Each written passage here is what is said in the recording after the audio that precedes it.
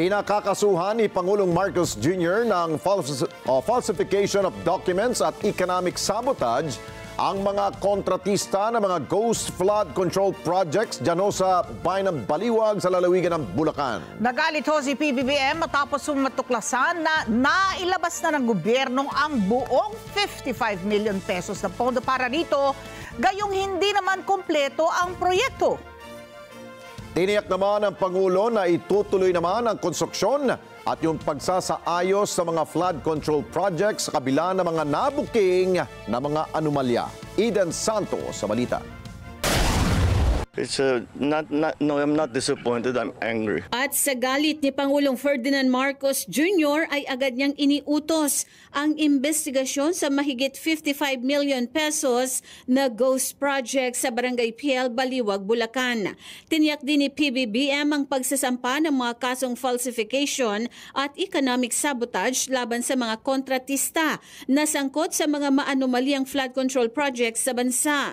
For example, falsification na ito. Yung ganito, dahil nag-report sila na completed. Hindi, kitang-kita naman na hindi completed. So immediately, that's a falsification. So that's already a very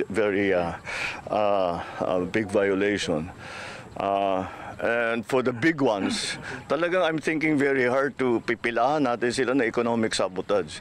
Because economic sabotage is very clearly. Muling nag-inspeksyon ng Pangulo sa isa na namang flood control project. Anya, halos wala pang nagawa sa reinforced concrete river wall project sa nasabing barangay. Gayong naiulat ito sa gobyerno sa pamamagitan ng Department of Public Works and Highways na 100% complete na noong Hunyo. As of last month, June, ang report dito 100% complete at saka fully paid.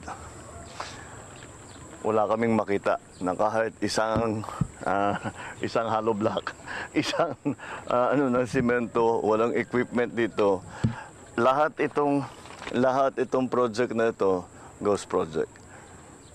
Walang ginawa na trabaho dito. Kung nagawa lang daw sana ang mga proyekto at maayos ang implementasyon, ay tiyak walang problema ang gobyerno maging ang taong bayan. Dagdag pa ng Pangulo na magiging maayos din sana ang irrigation hanggang sa water supply sa mga kabahayan.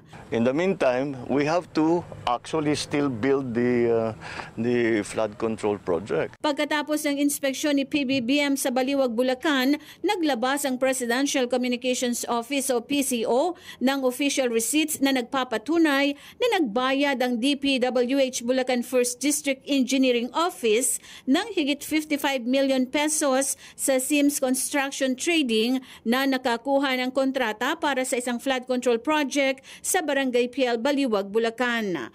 Eden Santos para sa Mata ng Agila. Matatag, matapang, matapat.